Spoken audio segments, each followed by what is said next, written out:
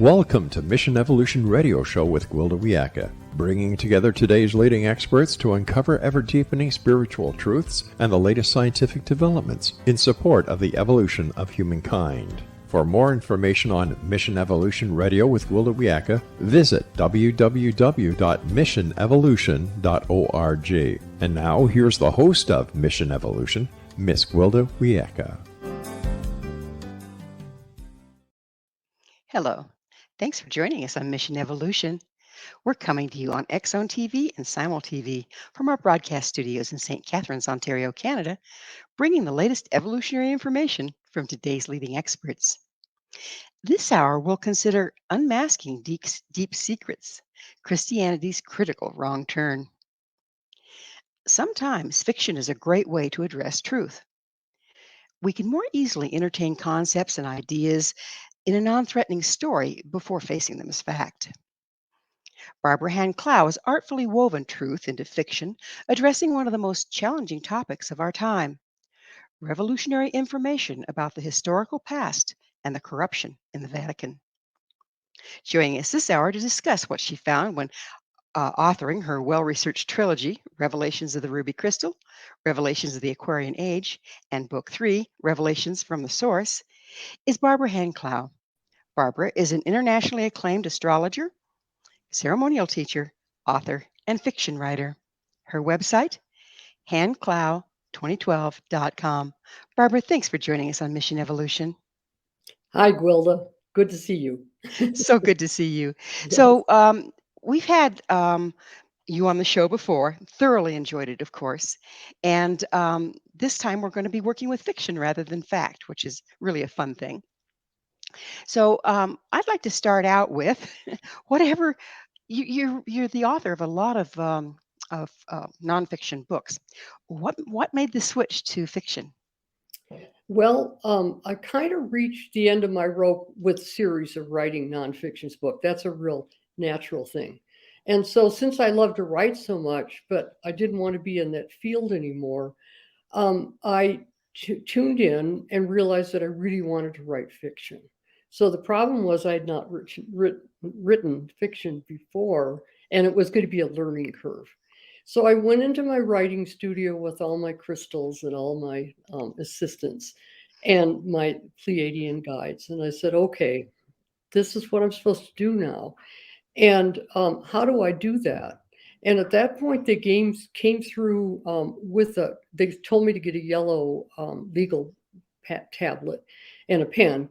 And they came through with about 5 or 6 pages listing the names of the characters, their ages, their profession, their background, what country they lived in. Very, very detailed information. And it was all new to me, which I thought was really quite remarkable. And then preceding that point, I had also examined things from an astrological point of view. And this was back in May of 2010. So from an astrological point of view, I was actually, what I did is I decided, well, where do I want to go? And I went, well, of course, where would you go in 2010? You'd go to the end of the Mayan calendar, which is either 2011 or 2012. I use both dates. And so I got out on all my astrological ephemerises and support books and all that, and I examined reality from 2010 to 2012 through 2012. And realized that our social aspects of our culture and political aspects of our culture were going to collapse in 2020, March 2020 particularly, specifically. And so that was quite an amazing revelation itself. And so I decided, well, what I need to do is I need to take this information on this paper with all these characters, and I need to create a fictional narrative, fictional story of the lives of these characters in Rome and in the United States, because they were both Americans and they were Italians. And I decided that I was going to track their lives from about, at this point, by the time I got the work done, from like 2014, 2015 through 2021. It ended in 2021 because once the capital was invaded in Washington, D.C., that was clearly the end of this series for me. So that's how it came in, Gwilda, and it was a learning curve. Like, I think the first book is good. I think the second book is very good. And I think the third book is really high-grade fiction. And that's kind of Fantastic. my own judgment about it. And I worked as a publisher, as an acquisitions editor for 20 years. So I'm Right. qualified to judge, like, is this a good book or not? And So that's, you step back and you put on your other cap and you go, I can do this. yeah, I do that all the time. As a Yeah. matter of fact, I have two identities. Barbara Cloud, the publisher, I'm not working in publishing anymore, so that's pretty much over. And then Barbara Hand Clow, my name. And back in the old days when I had both identities, people didn't realize that there was one person. It was very advantageous to me because I did acquisitions, and I would have been flooded with too much material if people realized I was the same person. So You're the that's same person. kind of the story. So I've seen your books, of course, the last three, the fiction that we're talking about, the trilogy, and they seem very, very well researched. Where did you find your material? Oh, that's such a great question to bring in at this point, because there's two, you're so astute, because there's two issues with fiction. How good is the background material, the history, this, sociology, and then are the characters really alive and are they really exciting? And so the non-fictional aspect, if you want to call it, the research behind it was my PhD, but it was my PhD that I never got. And the story on that is that I had finished a master's in theology at Loyola with Matthew Fox as the director. And I wanted to go on and do a PhD in patristics. Patristics is the study of the church from about 100 to 400 AD, approximately. And so this is taking us right back into the early Christian period. And so, but the problem was I couldn't get a PhD in patristics because I had 4 children and a husband, and I was working at a publishing company. It was out of the question. Couldn't do it. Okay, so I gave up, but I kept on researching. And for 20, actually really 30 years, I kept files and background on theology, patristics, and what was going on in the contemporary church. So if you think about it, it's logical that these characters who came in through, it's interesting where these characters come from. They're the vehicles of thought. And it's interesting that they were in Rome, mostly in Rome, and then in the United States. And it's interesting that there was a lot of Judeo-Christian issues in the background of these characters. So it all fits together, but at the same time, it's kind of miraculous. Absolutely. So, And it was a joy to write fiction. It was an so your whole history was the research in a lot of ways. Well, yeah, but what happened is, as it turned out, one of the characters, Sarah Adamson, who later on marries and has another name, Sarah was getting her, she was finishing her PhD in patristics, and she was located in Rome. So, of course, well, first of all, I know you know this, but writers and authors' characters are always parts of their personality. They're always coming from the inner self of the writer, which means that a lot of my friends have had a lot of fun speculating on which part was which part. they're all a figment of me. Like, for example, there's a wonderful character, Alessandro, who's a excuse me, I got that wrong. Lorenzo Alessandro is another character who's close, but Lorenzo Giannini is a very, very famous Jungian analyst in Rome and a great therapist who's integrating past life regression and multi-dimensional realities. He's a really, really great therapist. And I almost became a Jungian analyst. When I'm faced with that choice of like getting a PhD in patristics or becoming a Jungian analyst, at least I could have had an income from being an analyst. But the problem was I had a job. So it just all worked out perfectly. As life tends to, doesn't it? Yeah, yeah. Now, Barbara, there's a lot of challenging information that's come through in the trilogy. Have you had any pushback about it? Actually, I haven't. And, I would have expected that myself, especially in my attempts to integrate Judaic issues with Christian issues, and we'll talk about that, I'm sure. But I thought that maybe I would get some projection from Jewish people who thought that I was biased in some way. I thought certainly with with Christians and Catholics that I would get pushback, but I'm getting nothing so far but a lot of interest in the central theme of this trilogy, which is the issue of the precession of the equinoxes, 4,000 years of history, going through the age of Pisces and into the age of Aquarius now, and all the issues that have to do with working out our Jewish background. And I've discovered that in the last few years that I'm part Jewish, and I didn't know that.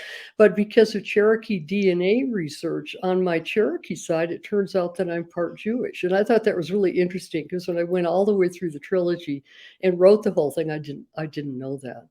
And Oh, so I think amazing. a lot of people, to tell you the truth, are really ripe for sorting out those issues. And I think this trilogy is not only a good vehicle for it intellectually, but it's fun.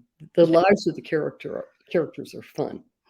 Do you, and we're about out of time in this segment, but do you think that the fact that it was presented as fiction has also helped to keep you from being targeted? I didn't quite understand your question. I I'm heard you. sorry. Like I said, we're about out of time, but do you think that the fact that you presented it as fiction is part of what's helped you from being targeted? I think that's likely, and I also just want to give an accolade to Dan Brown for making it possible for content fiction, that is fiction with an intense background issue, to be popular. You So know, it wasn't the first time this sort yeah, of so thing I'd has say that been. content fiction is coming into its golden age, Mhm. and I think that's made it a lot easier for me because people just simply go, "Why not just enjoy myself? I don't care who." She doesn't have to prove anything. Let's just have fun, and I Let's think just have that's fun. an easier way to do it. Very nice. Well, it is that magic moment that we need to take a station break. Barbara and I will return very shortly, so don't go away. This is Mission Evolution, www.missionevolution.org.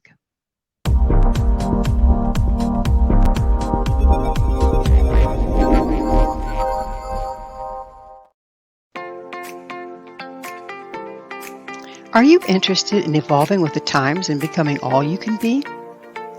Don't you wish there was one place to find the latest information to help guide you through the process? I'm Gwilda Wiyaka, host of Mission Evolution Radio TV. Join me on my mission to find the latest evolutionary knowledge and tools. The guests on Mission Evolution are leading experts in a wide variety of divergent topics, including allopathic, holistic, and integrative medicine, epigenetics, enlightenment, quantum physics, meditative practices, environmental issues, spiritual evolution, trauma healing, and so much more. Mission Evolution Radio TV is aired worldwide through the X-Zone Broadcast Network, X-Zone TV Channel 32 on Simul TV. You can enjoy our archives of radio or TV shows with our compliments at www.missionevolution.org. Come see the amazing lineup of guests and topics. With more than 200 episodes to choose from, you're sure to find what you're looking for. Visit www.missionevolution.org.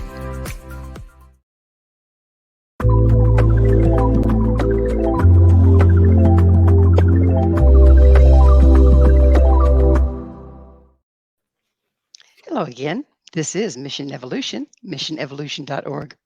With us this hour discussing hidden truths is Barbara Hand Clow. Her website, handclow2012.com. Barbara, I've got a question for you here. Go figure.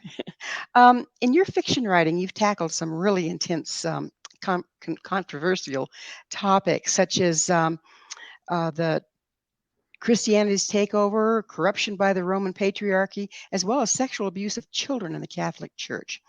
What sent you down that path? Well, we are basically out of the age of Pisces at this point. and we're in the very, very early stages of the age of Aquarius. And so, since the age of Pisces was the age of the development of the power of organized religions, and since Christianity and then Islam have been the primary, and also, of course, the Jewish religion continued, since these three religions that all come from the father Abraham, since they have dominated the age of Pisces, then it made sense to me that the thing to do was to go right into the major religions. And in this case, I concentrated on Christianity because it's my expertise. I could give the same level of criticism I gave to Christianity. I could easily give it to Islam and Judaism, but that's not the point of what we're doing here. And so I concentrated on those issues because it's logical that as we come to the end of Age of Pisces, that the organized religions would go through some kind of a purification, some kind of clarification, some kind of a transformation, hopefully. I'm not hoping that the religions go away, because I really believe that religion serves many needs for many, many people. But certainly it's fair to say we've got to go to another level. And that's where, if we go after the Catholic Church, the big issue is definitely celibacy and priestly sexual abuse, because the Christian Catholic, basically Catholic Church, is the major religion that has promulgated celibacy since around 1000 AD, and has come up with the idea that Jesus was celibate and was never married, and all kinds of issues like that. And this was the place to go, because this is where the big trouble is. And right now, of course, it's prophetic, because the Catholic Church is basically dealing with a lot of bankruptcy issues because of the settlements over the abusing priests. Oh, my goodness. So the celibacy issue it might seem a backdoor way to look at it, but was that linked to the desecration or the invalidation of the feminine? Oh, absolutely. Yeah, the Christianity, unfortunately, from the very beginning, has been a misogynist, which means a religion or a system that denigrates the feminine. And that's a huge issue at this point, and has been all the way through the last 2,000 years. It's the cause of much of the malaise that all of us live and suffer with, for sure. So again, the celibacy issue, doesn't that involve putting one's sexuality into denial, and then it comes out of the shadow and abuse? Well, the issue with celibacy, first of all, celibacy has its place. And some people have fantastic spiritual experiences working with celibacy. But the question is whether the cadre, the normal priests, and then the bishops and monsignors, etc., whether the teaching pool of the church, the question was whether they were capable of celibacy. Because since they set themselves up insisting that they're celibate, but clearly they haven't been, and this has now been, needless to say, firmly established, then it's something that really, really needed a serious examination. And there was a movie about this called Spotlight, which came out a couple of years after Ruby Crystal came out. And Spotlight is really very much like Ruby Crystal, I have to say. So the spotlight's on it. Absolutely, it is. Yeah. The as the years have gone on, has a lot of shadow built up in the practice in the Catholic Church that's now being brought to light because of the shift of ages? Gwilda, this is a really interesting issue to bring up. And I'm just going to have to say it. I'll just say it. What has happened is the shadow that has been building up over 2,000 years has become demonic. And this is really an issue.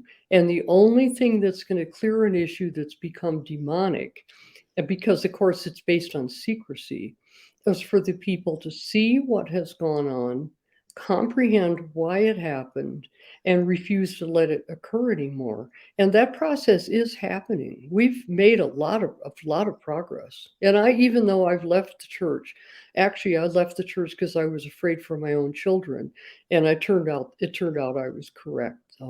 They could have been abused in the parish that they were in, and it wasn't easy for me to leave the church. But even though I've left it, and there's a whole lot of us out there, I still care about the church's welfare very, very deeply. Barbara, would you mind defining demonic as you were using it? Oh, that's a hard one. I Okay, know. then we have to go back. You want to get complicated for a second? Just a second. We have to go back. But be gentle, Barbara. Be gentle. I'll be gentle. We have to go back in this case. It was specifically, there's two levels of demonic. For example, one character in the book, Armando Pierleoni, an Italian, is clearly struggling with demonic issues. And we could talk about that. But I think the more fundamental issue goes back to the background of this whole trilogy, which is to go back to around maybe 2 or 100 BC, back to the time when the Gnostics were a very powerful church on our planet, a very powerful spirituality. And the Gnostics were spiritual teachers who worked with the precession of the equinoxes. And they believed that the changes of the ages are very, very important. For example, we just went out of Pisces and we're in Aquarius. And notice how difficult things are.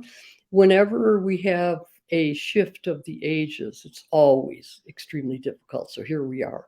So if we go back to 100 BC, we're going back to when the age of Aries went into the age of Pisces.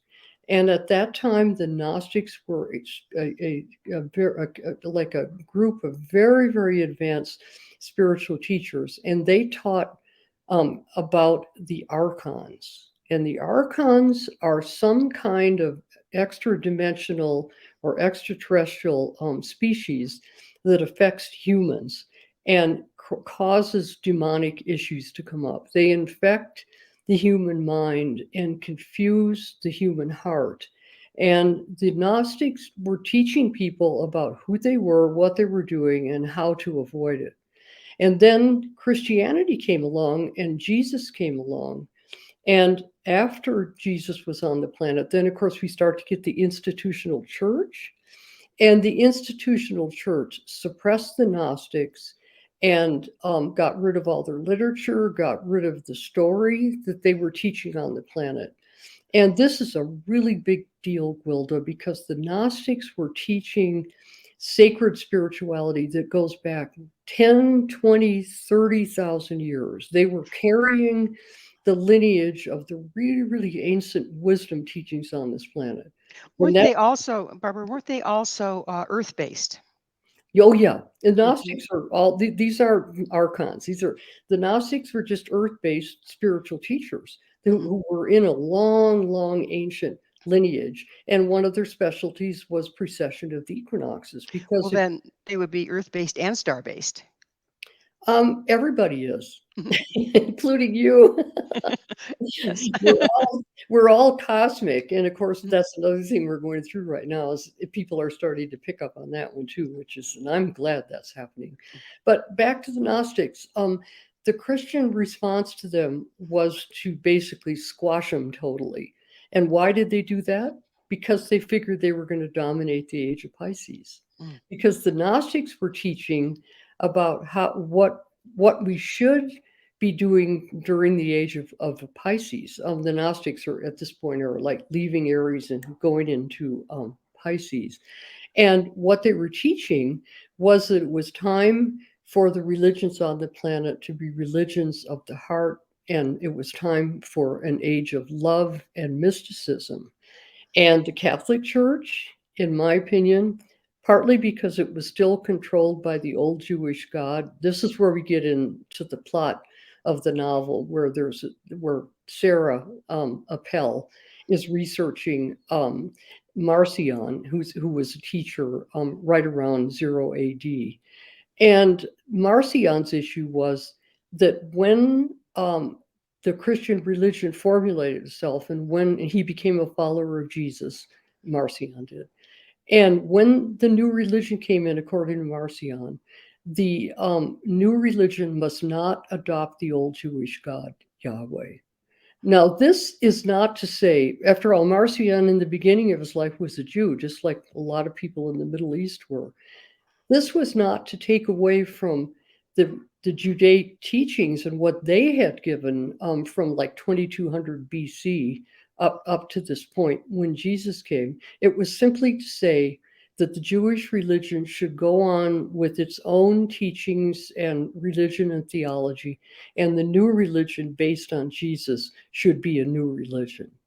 And Now, Barbara, when we're about out of time in this segment, of course, sure. but when the church squashed the Gnostics, did they not still adopt a lot of their principles, but kept them hidden, like the secrets that were taught only to high-ranking clergy? Yeah, it's always hard to know what goes on in secret societies, right? It just is. But what the Christian Church did, of course, is they adopted the sacred sites of the earlier period by building churches on ancient sacred sites. They adopted the seasonal timing in many cases of the ancient religions. And sure, they took a lot of information from the Gnostics.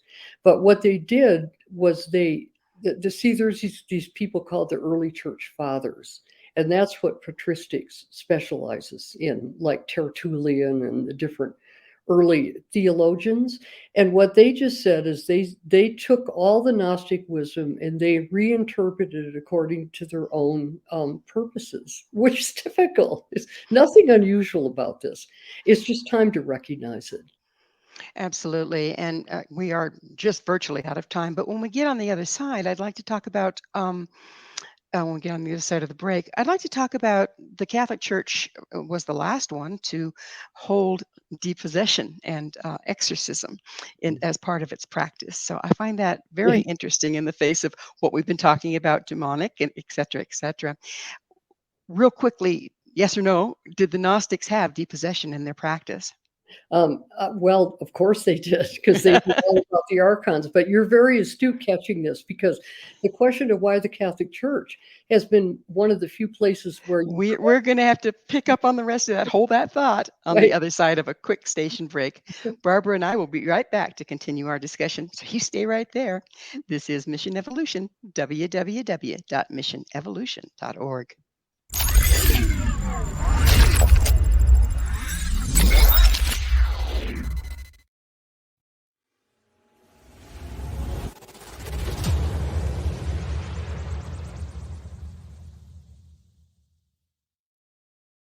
So I was watching the X Zone TV channel last night when I was abducted by aliens, and they kept repeating to me over and over again, simultv.com, simultv.com. What's simultv.com? That's what I asked them. They had it written on the side of their UFO. How do you spell that? UFO. No, I mean simultv.com. simultv.com. simultv.com. Right. simultv.com. Interesting that you were abducted by aliens in a simultv.com UFO last night. Oh, yeah? Yeah. Now that you mention it, I remember now last night I was awakened from a deep sleep. My great-grandmother was standing there. She said she'd come from the hereafter to tell me about simultv.com. She even spelled it out for me. simultv.com, sonny boy. simultv.com. simultv.com, sonny boy. Wow. Yeah. Guys, you'll never guess what my psychic guru just told me. simultv.com. Exactly. Are you guys psychic too? Of course. We all know about simultv.com. simultv.com.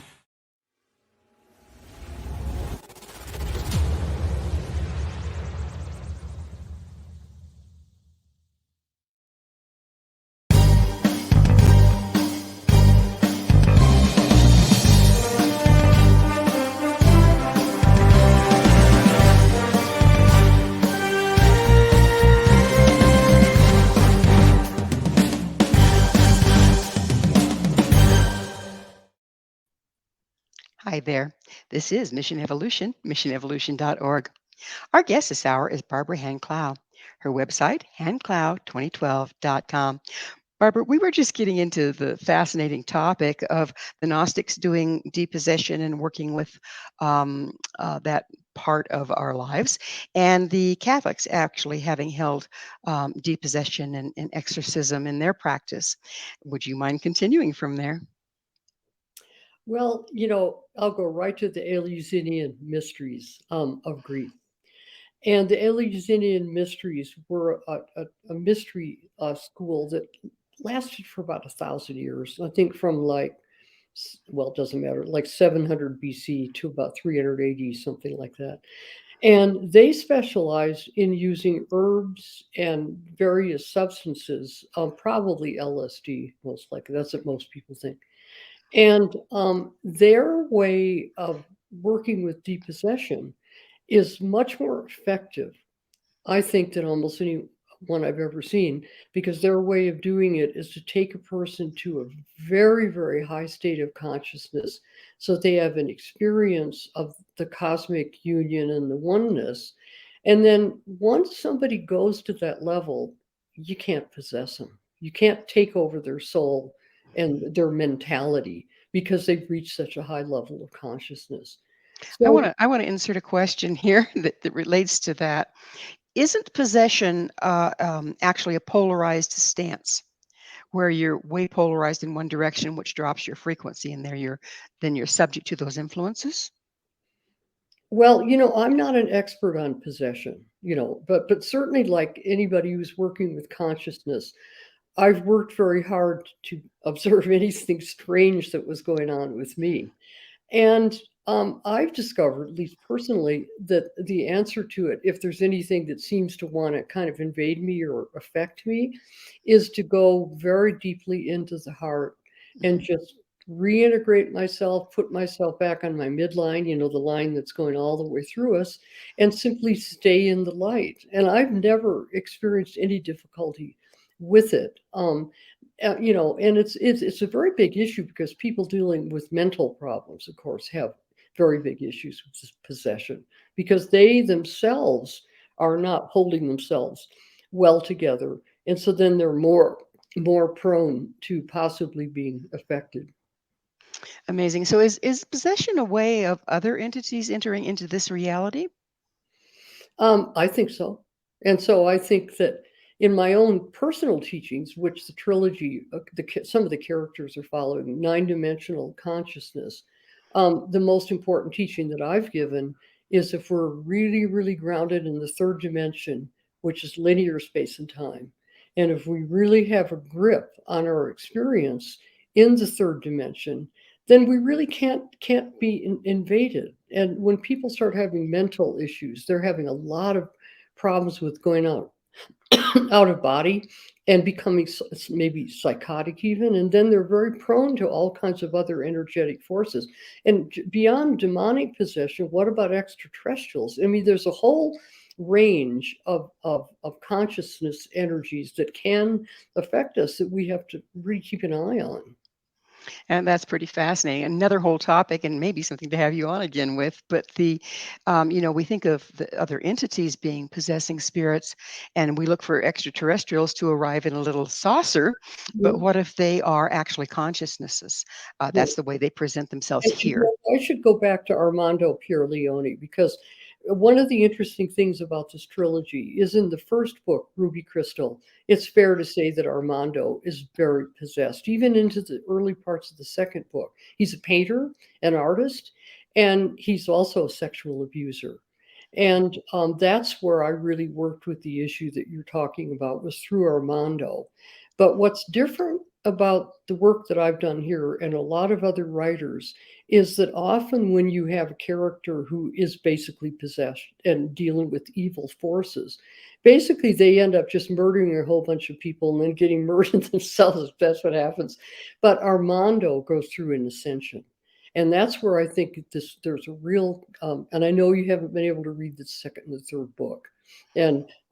But what happened was Armando gradually pulls himself together, creates a happy marriage. And then once he's grounded in the third dimension with a happy marriage and children and his artwork, then he starts to go to a high state of consciousness. And by the end of the third book, Revelations from the Source, Armando goes through just an incredible high consciousness ascension type experience. So that's really my gift to it. I haven't really examined possession issues that much.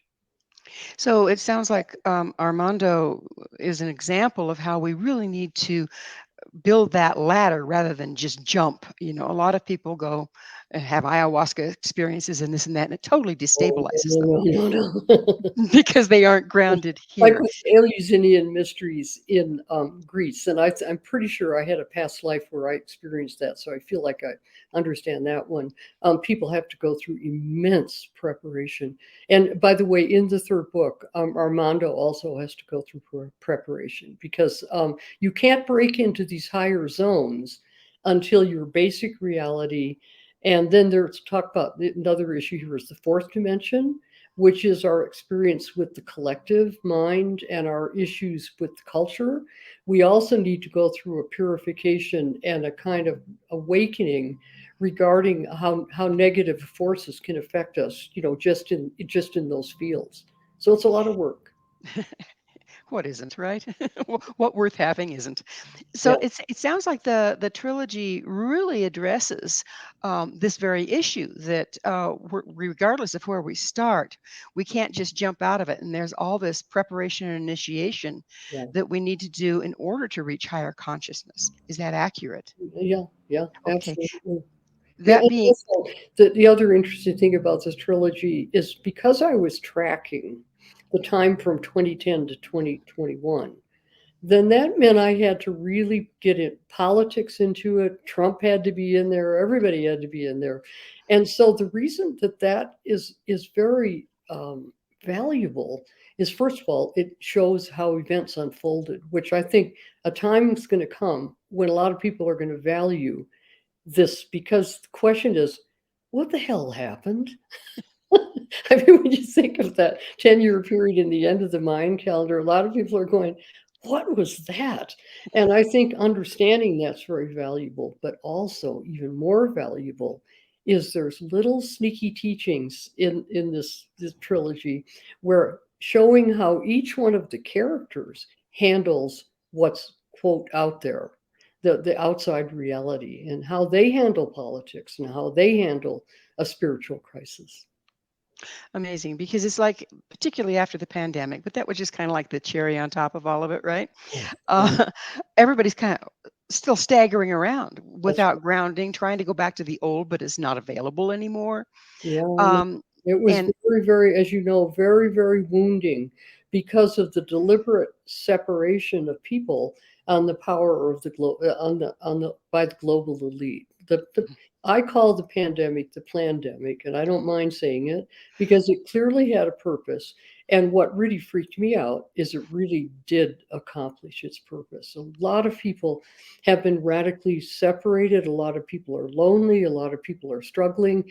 And I think, speaking of getting ourselves back into 3D at this point, it involves, number one, getting rid of the separation and moving out of the loneliness and the difficulty. And it also involves working at busting the people who created this. And I also do a astrological on my own website. I give astrological advice on the equinoxes and the solstices. And I just finished one, of course, the solstice is tomorrow. And I think this year is going to be, especially the summer, a lot of these people like Fauci and Walensky, et cetera, they're going to be exposed for what they did. And that's up to the Congress. That's the most important thing. If the Congress wants to protect democracy and the American public, and if they supposedly don't want Trump in or whatever their issue is, they've got to do their job and they've got to expose these people. but isn't this a time that supports exposing on all levels, not just political, which of course I can't go into too deeply in the program, but on all different levels, like you were saying, in the church, in interpersonal relationships. Mhm. Well, Gwilda, because I'm doing this website, and it's basically going to cover 2023 through 2027. I'll just let the cat out of the bag. I'm doing those 4 years because I see a building harmonic kind of convergence. That's an old term, but it's this. I see a building astrological situation that's going to favor bringing light into the darkness, exposing these people, and really, it's really going to favor the people who are working with morality and ethics, and who care about this planet, and who care about the universe itself. I'm actually optimistic, but this is like birthing. This is very, very difficult. Absolutely, it is. Yes. Yeah. So, when you were talking about how we need to focus on regaining our unity and going back into 3D in order to then get ourselves back together enough to move forward with the energies that are coming. Isn't I thought you also said that 4D is more to do with unity than 3D. Did I miss something there? So I'm glad you asked that. No, what happens with see, I work with 9 dimensions, and I don't stop at the 4th dimension the way Einstein did. And so the way it works basically is 3D is linear space and time, and we all know what that is.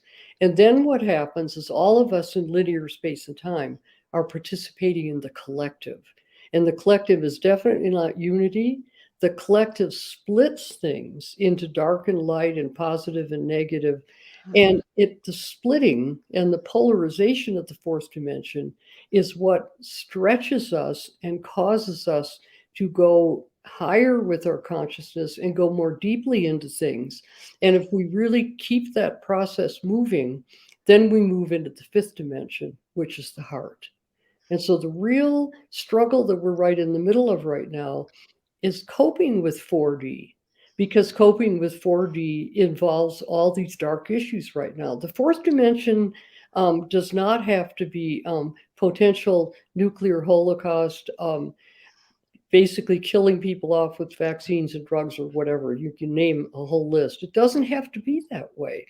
And in successful sacred cultures, and this is where I've done a lot of work in my past lives, what happens is the people in the culture create art and theater and love and beauty and festivals, and they play with the dark and the light. And where Well, we're going to have to pick up on the dark and the light on the other side of a quick break. Sure. Please stay. This is Barbara, and I continue to explore fiction, truth, and hushed revelations. This is Mission Evolution, www.missionevolution.org.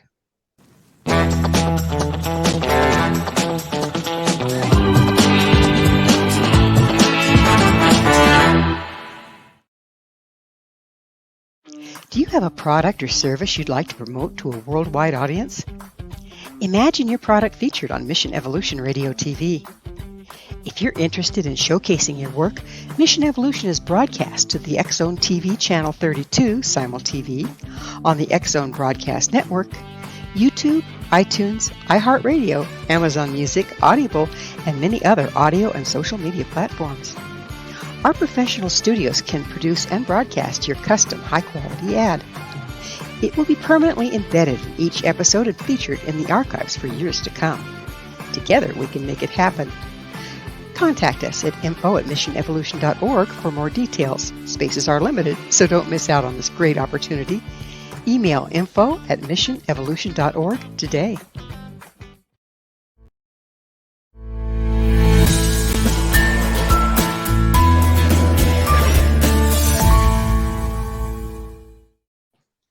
Welcome back. This is Mission Evolution, missionevolution.org.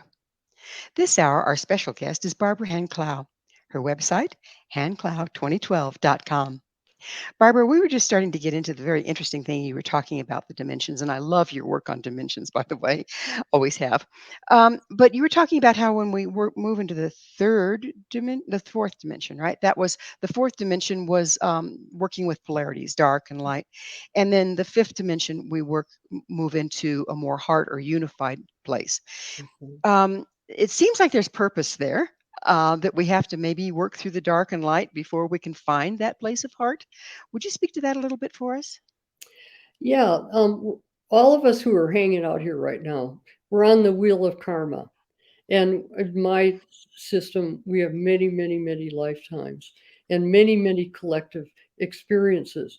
And what happens with that is sometimes the 4th dimension during different phases of our lives is a very positive experience, which is basically, there's another reason why Armando is a painter in the trilogy, because the best way to work through the 4th dimension is with art. And the more creative we can be, and that doesn't mean you have to be a painter or writer, it means that you need to participate in artistic experiences. And so in really healthy cultures, the fourth dimension doesn't, and by the way, the most healthy culture I've seen in this lifetime on this planet is in Bali. And in Bali, they have constant festivals and rituals and everything that work with letting the dark be seen. You know, in China, for instance, the dragon, because you need to let people realize that these things are actually real forces, but they're creative forces. They're not. There's no reason to be negative about the dark. So it's the interaction between the two that creativity comes from? Mm-hmm. Well, the interaction, the creative force is always working with the dark and the light. And I've had a lot of fun with this trilogy because my daughter is my illustrator, Liz Clow, and she did a beautiful job. And one of the things she said when I first got started, because Gwilda, I tend to be kind of a really nice person. I'm a mom and I'm a wife and all that. And my daughter, who's a Scorpio, when she saw what I was doing with Armando in the beginning, she said, "Make him really bad, Mom." And I listened to her, and she was right. Because I discovered after 10 or 11 years of writing, I discovered that if Armando was going to be able to go to the light, it could only occur in literature, in a trilogy, if I had first made him really bad. So the big challenge in Ruby Crystal, you would agree, I think, is Armando, right? Well, he's the biggest challenge all the way through, I believe. Well, actually, he did. He really changes. And I know that's possible because I've seen people do it. But it was really fun to write about it. Did he have the mustache, the villain? No, he's really a hot guy. I mean, really, he was like it. He starts out as a famous painter in Rome in his 40s, and all the girls would like to have Armando until they find out. And so, And then not so much. yeah, Barbara, but then the entire trilogy seems to be delivering a message, even though it's a progression. What is that message? Oh boy, good for you. That the message, the deepest message in it is showing how the different characters work with different dimensions. So if you look closely, and I don't advise looking closely, I think you should just enjoy. But what's happening is those characters are having dimensional experiences in different dimensions, and then how it's affecting them is being described. So you could say at that level, what I did here, okay, now my work on multidimensionality came in with the Pleiadian Agenda, which was published in 1995. And that was a channel book from the Pleiades. And it's the only time I've ever channeled a book. And it was a bizarre experience, but I brought it in. And then for the next 10 years, I analyzed what the Pleiadians were saying from the point of view of science.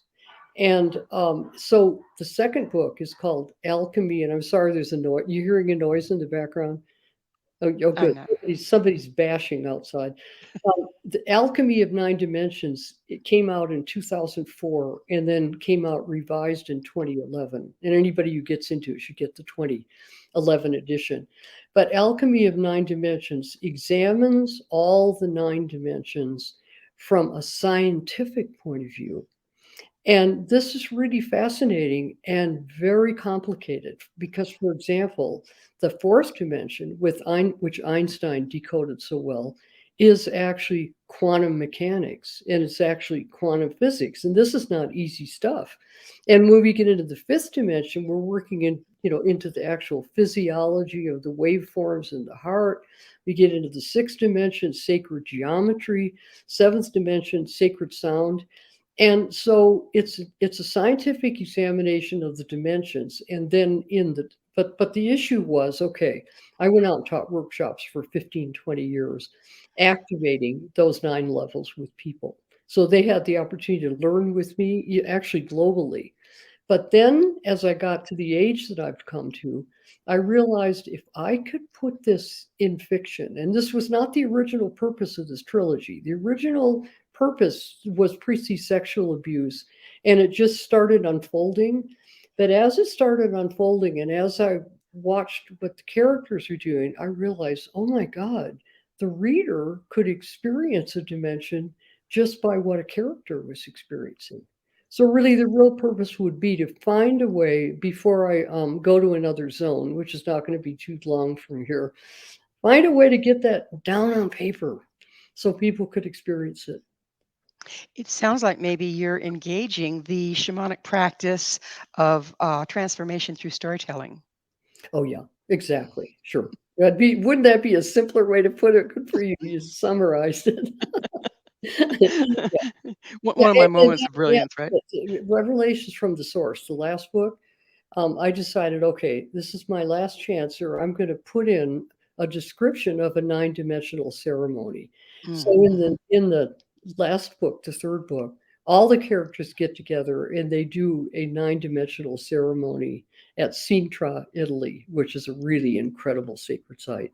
So I integrated the sacred site with the characters, with the 9-dimensional teaching, just to make sure that somewhere there was in existence was a description of how this whole thing works. And last comment about that would be, I really believe that a lot of the ceremonies over hundreds of thousands of years have been ceremonies of this type. The question is, how do you in the modern age describe that in literature?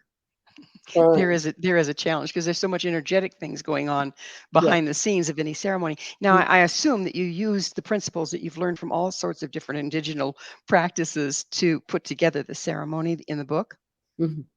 Yeah. Well, in my case, I'm part Cherokee and was trained as a Cherokee teacher. So a lot of the techniques I use are just coming from indigenous Native American teaching. But what this ceremony in this case does, it works with the indigenous method, but it's alchemical. And Right. that's what's really fun about dimensionality, is the real way to approach dimensionality is alchemical. And that's how I did it. Well, Barbara, it's the time in the program when I have to ask you, what is your mission?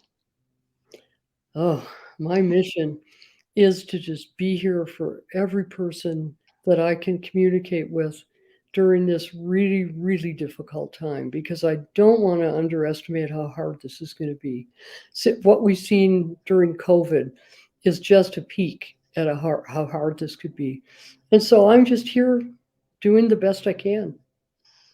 Well, you've certainly given us a beautiful body of work for years on end, and I really appreciate, from all of us, we honor what you're bringing. Well, thank you.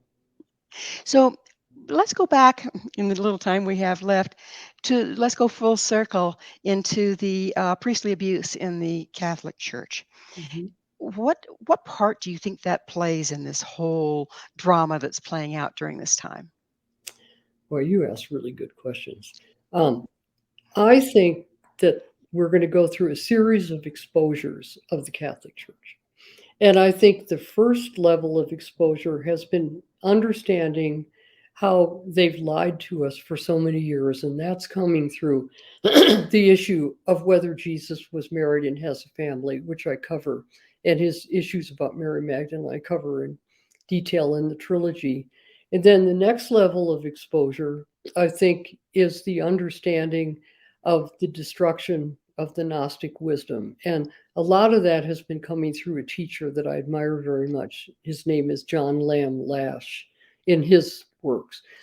And then the next level of exposure I took a crack at, which is priestly sexual abuse in the church.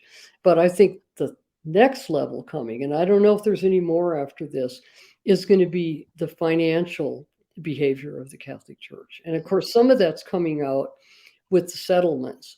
But it's important to understand that the Catholic Church is one of 3 of the most powerful institutions on this planet. The Catholic Church is really coming right out of the Roman Empire, and then it's coming right up to the current moment.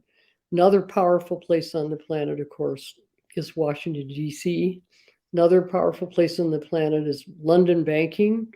But the Catholic Church financial apparatus goes right back to the Roman Empire and is at the basis of a lot of the banking and power systems on our planet. And I think people need to see that for what it is. So something's going to happen. I'm not seeing it so far, but it's going to come.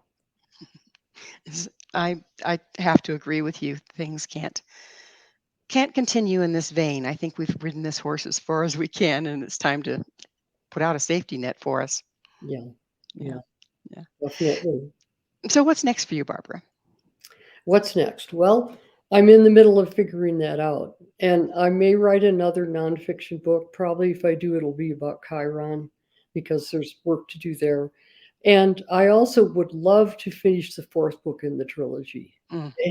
Do a fourth book for the trilogy, because the character, and again, you haven't read those two, so you don't know this character, but Right. a really great character shows up in Source. His name is Alessandro de Medici. Well, I hate to interrupt, Barbara, but unfortunately we could go on forever, but we are Anyway, out of I don't time. know what I'm going to do, but it's going to be one of those. Thank you so much for coming on the show. Yeah, thank you.